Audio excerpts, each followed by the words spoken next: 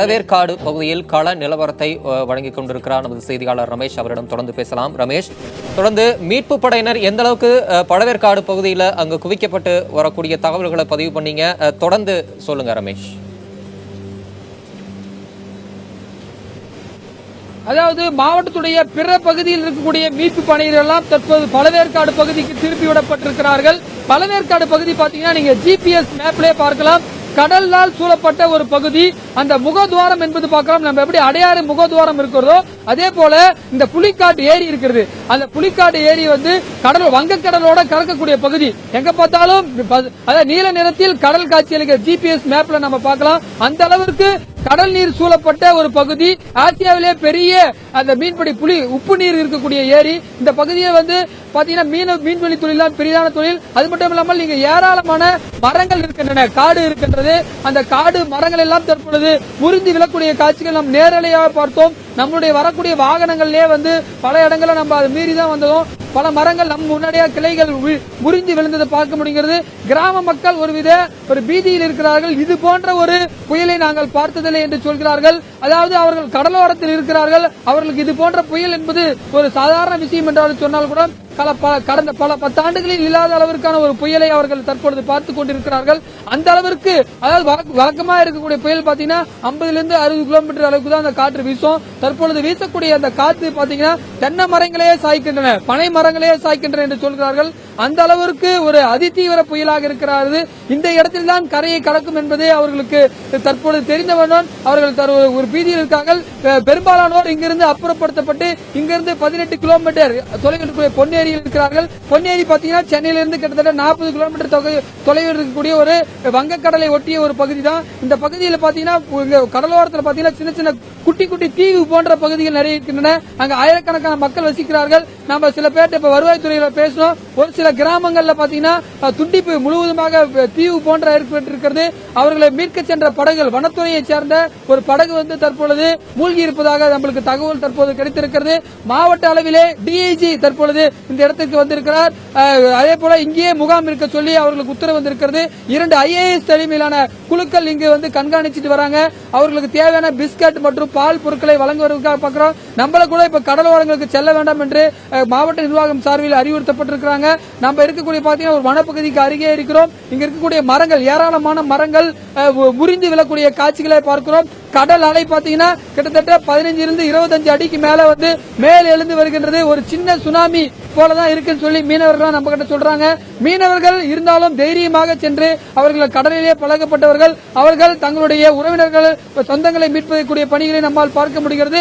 நங்கூரமிட்டிருந்த படகுகள் எல்லாம் பித்துக் கொண்டே செல்லக்கூடியது. மீண்டும் அந்த படகுகளை அவர்கள் மீட்டு கட்டி வருகிறார்கள். இந்த அதி தீவிர புயலிலும் அவர்கள் பணியாற்றி வருகிறார்கள். 2 மணிக்கு மேல கரையை இன்னும் தீவிரமாக கடக்கும் பட்சத்தில் மேலும் மரங்கள் விழுவதற்கும் அதே போல கடல் நீர் உள் புகுவதற்கும் படகுகள் பாதிப்பதற்கும் வாய்ப்பு இருக்கிறது.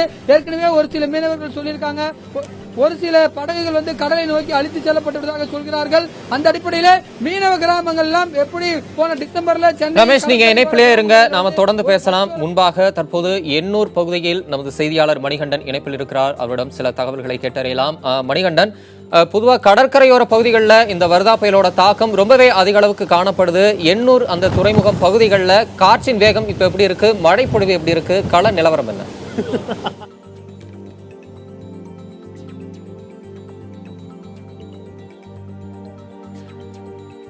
செய்தியாளர் மணிகண்டனிடம் பேசுவதற்கு முன்பாக தற்போது நமது செய்தியாளர் ரமேஷிடம் கூடுதல் தகவல்களை கேட்டறியலாம். ரமேஷ், பழவேற்காடு பகுதியில் இந்த வர்தா புயலுடைய தாக்கம், காற்றின் வேகம் அதிக அளவுக்கு இருக்கிறதுனால பாதிப்புகள் ரொம்பவே அதிகமா இருக்கு. அங்க இருக்கக்கூடிய மக்கள் அச்ச உணர்வுல இருக்கிறதா குறிப்பிட்டீங்க. இதுவரைக்கும் அந்த பகுதி மக்களுக்கு உடல் ரீதியா ஏதாவது பாதிப்புகள் ஏற்பட்டிருக்கா? அதற்குண்டான தகவல்கள் என்ன?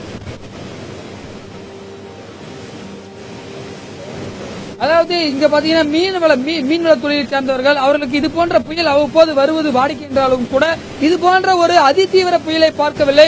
வீடுகளிலே அவர்கள் சாதாரணமாக நினைத்து இருந்து விட்டார்கள். அந்த அடிப்படையில் நீங்க பார்க்கலாம், காலையிலிருந்து கிட்டத்தட்ட ஒரு 500க்கும் மேற்பட்டோர், பெண்கள், குழந்தைகள், இடுப்பளவு தண்ணீரிலிருந்து மீட்டு கூட்டு வந்தாங்க. அவர்களெல்லாம் இறுக்கி அணைத்தவாறு அந்த மீட்பு பணியினை அழுந்தவாறு சில குழந்தைகள் சென்றார்கள். மன ரீதியான பாதிப்பு இருக்கும் என்று நம்மால் பார்க்க முடிகிறது. நம்ம அவங்க கிட்ட பேசும்போது கூட அவங்க நம்ம கிட்ட பேச தயாரா இல்ல. அந்த அளவுக்கு அவர்களுடைய மனநிலை என்பது இருந்தது. அவர்களெல்லாம் தற்பொழுது அழைத்துச் செல்லப்பட்டு வாகனங்கள் மூலமாக அரசு பேருந்துகள் தயார் நிலையில் நிறுத்தி வைக்கப்பட்டிருந்தன. அங்க பாத்தீங்கன்னா நீங்க ஏற்கனவே நான் சொன்னது போல நீங்க அந்த பழவேற்காடு தீவு பகுதியும் அதே போல இந்த ரமேஷ், நீங்க இணைப்பில் இருங்க, நாம தொடர்ந்து பேசலாம். தற்போது எண்ணூர் பகுதியில் நமது செய்தியாளர் மணிகண்டன் இணைப்பில் இருக்கிறார். அங்க இருக்கக்கூடிய சூழல் குறித்து அவரிடம் கேட்கலாம். மணிகண்டன், கடலோர பகுதிகளில் இந்த புயல் வேகத்தினால அதிக அளவு பாதிப்புகள் உண்டாகி இருக்கிறதா தகவல்கள் வருது. அங்க என்ன சூழல் நிலவுது மணிகண்டன்? தமிழரசன், தற்பொழுது நாம்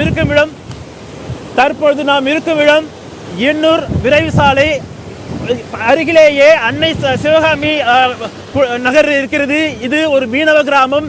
இங்கு இருக்கக்கூடிய மக்கள் யாருமே தற்பொழுது வெளியே வரவில்லை. பொதுமக்கள் யாரையும் வெளியே வரவிடாமல் காவல்துறையினரும் தேசிய பேரிடர் மீட்பு குழுவினரும் இங்கு தயார் நிலையில் இருக்கிறார்கள். இந்த எண்ணூர் விரைவு சாலையில் ஓரம் இருக்கக்கூடிய கடைகள் அனைத்தும் தற்பொழுது பாழாகி இருப்பதை நம்மால் இங்கு காண முடிகிறது. அனைத்து கடைகளுமே காற்றின் வேகம் காரணமாக, புயலின் காரணமாக அடித்து செல்லப்பட்டிருக்கிறது. நீங்கள் பார்க்கலாம், இந்த சாலை முழுவதுமே மரங்கள் விழுந்து கிடக்கின்றன. சாலை ஓரம் உள்ள மரங்கள் அனைத்தும் விழுந்து இங்கு போக்குவரத்து தடை ஏற்பட்டிருப்பதை காணலாம். இங்கு இருக்கக்கூடிய பொதுமக்கள் அனைவரும் வீட்டின் உள்ளேயே முடங்கி கிடக்குமாறு இருக்கக்கூடிய காவல்துறையினர் அவ்வப்போது ஒலிபெருக்கின் மூலமாக இவர்களுக்கு எச்சரிக்கை விடுத்த வண்ணம் உள்ளனர். இருந்த போதிலும் இங்கு இருக்கக்கூடிய இளைஞர்கள் சிலர் சாலையில் வந்து இந்த புயல் காற்றை அவர்கள் ரசித்த வண்ணம் இருக்கிறார்கள். மரம் தற்பொழுது விழுந்து கிடப்பதை இங்கே பார்க்கலாம். அன்னை சிவகாமி நகர் முழுவதும் மரங்கள் விழுந்து சாலையை ஆக்கிரமித்திருப்பதை நம்மால் இங்கே காண முடிகிறது.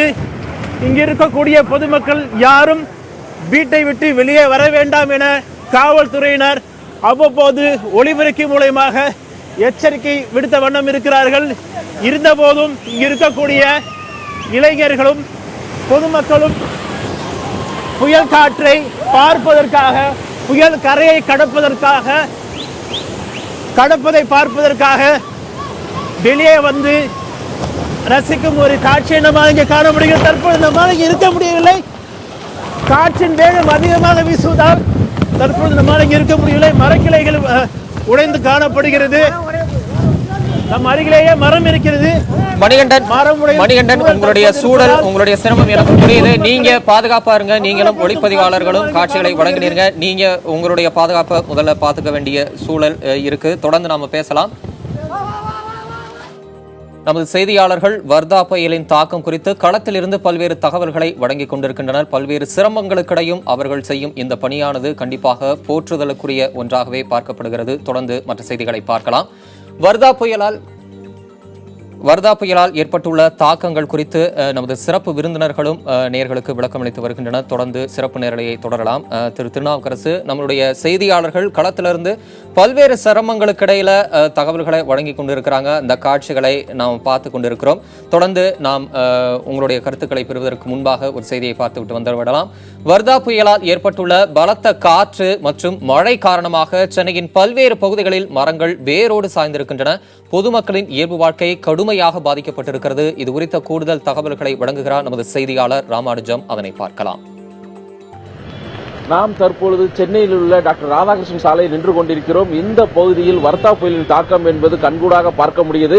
தற்பொழுது அந்த காட்சிகளை நேரடியாக பார்க்கலாம். நேரம் கூட கூட காற்றின் வேகமும் அதிகரிக்கிறது, மழையின் வேகமும் அதிகரிக்கிறது. சாலைகள் எல்லாம் பார்த்தீங்கன்னா மரங்கள் எல்லாம் விழுந்து இருக்கின்றன. இதனால் போக்குவரத்து நெரிசலும் ஏற்பட்டிருக்கிறது. இந்த தகவலை அறிந்த காவல்துறையினர் உடனடியாக சம்பவ இடத்திற்கு விரைந்திருக்கிறார்கள். பொதுமக்களுக்கு எவ்வித இடையூறும் ஏற்படாமல் இருப்பதற்காக இதுபோன்ற நடவடிக்கைகள் அவர்கள் ஈடுபட்டிருக்கிறார்கள். இந்த பகுதியில் நாம் நேரடியாக பார்த்துக் கொண்டிருக்கிறோம். என்ற அளவுக்கு காற்று வீசுகிறது என்பதை நாம் கண்கூட பார்க்கலாம். மரங்கள் ஒரு பக்கம் ஆடிக்கொண்டிருக்க, காற்றின் வேகம் அதிகரிக்க மழையின் வேகமும் நேரத்துக்கு நேரம் அதிகரித்துக் கொண்டு வருகிறது.